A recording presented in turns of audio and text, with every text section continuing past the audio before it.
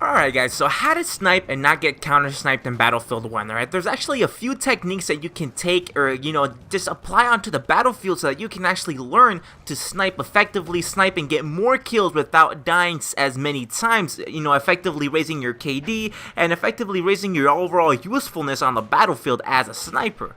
We're about 22 or 23 seconds in, and I don't like wasting time, you guys already know that, so let's go ahead and get right into the tips here. Number one, try to equip the periscope gadget exclusively to the scout class. You want to make sure you try to equip that, and you want to use it to spot enemies safely behind cover, right? Because spotting is important. Like, it's extremely important because you can't defend yourself against a target that you can't see. Right now, if you can spot somebody, you will be able to see them, and if you play correctly, if you're strategic in the way you position yourself, you're gonna make it a scenario where they can't see you and you can see them because they're spotted, right? So if you're a good player, you'll be able to make that kind of scenario, but the only way you're gonna make that scenario, whether you're a good player or not, is if you spot. Right, so you gotta spot. Make sure that you're always spotting, and the periscope is an amazing way to actually spot before being exposed. You know what I mean? Like, just out in the open. So make sure that you're always using that periscope gadget. Make sure that right? Make sure that after every 3 or 4 kills, you switch your position. This is extremely crucial, right? Because you don't want to be predictable, right? The thing is that a lot of times people come back for revenge kills. That's what I call them. They're called revenge kills. They come back and they try to kill you because you killed them. So I would say after 3 or 4 kills, you want to switch your position. Chances are that you're actually camping as a sniper.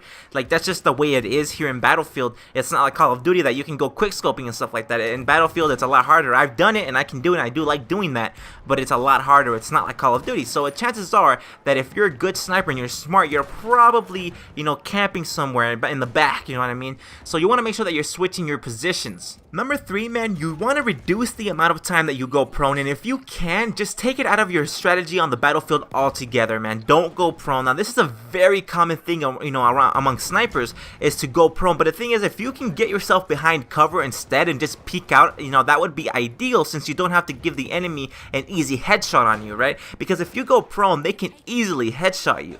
And the thing is that if you're behind cover and you peek out, it's a little bit harder. Not to say that it's not, still possible. It very well is still possible, right?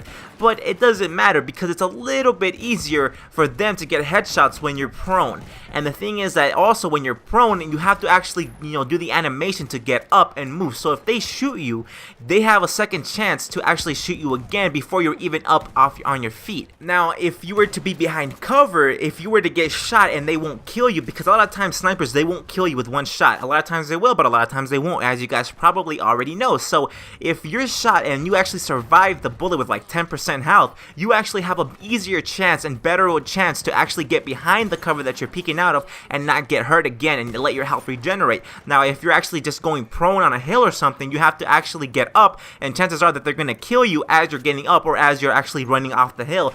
There's a good chance that you're going to die.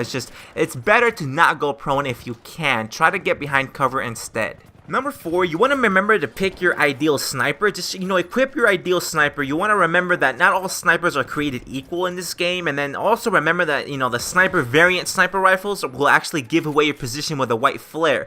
Certain scopes will give away your position, certain scopes won't, but the ones that won't, they're not as useful. So you want to make sure that you make a wise choice depending on where exactly it is that you'll be sniping from and your particular skill level that only you will know, right? So you got to make sure that you know what you can do. What are you capable of with a sniper? What can you do and how can you help your team? And that's going to help you decide whether you should pick, the better scope with the flare or the little, less better scope with without the flare. You know what I mean? So it's really like a trade-off. And lastly, man, if you want to not be sniped, you want to rush with a sniper. Now, this is not ideal, but it is possible, and I did make a video showing you the different ways that you can actually snipe and be rushing at the same time, right? So sniping in close quarters, it's almost suicide, but like I said, I'll teach you how to do that in the different video that you can click on the top right of the screen to actually go to.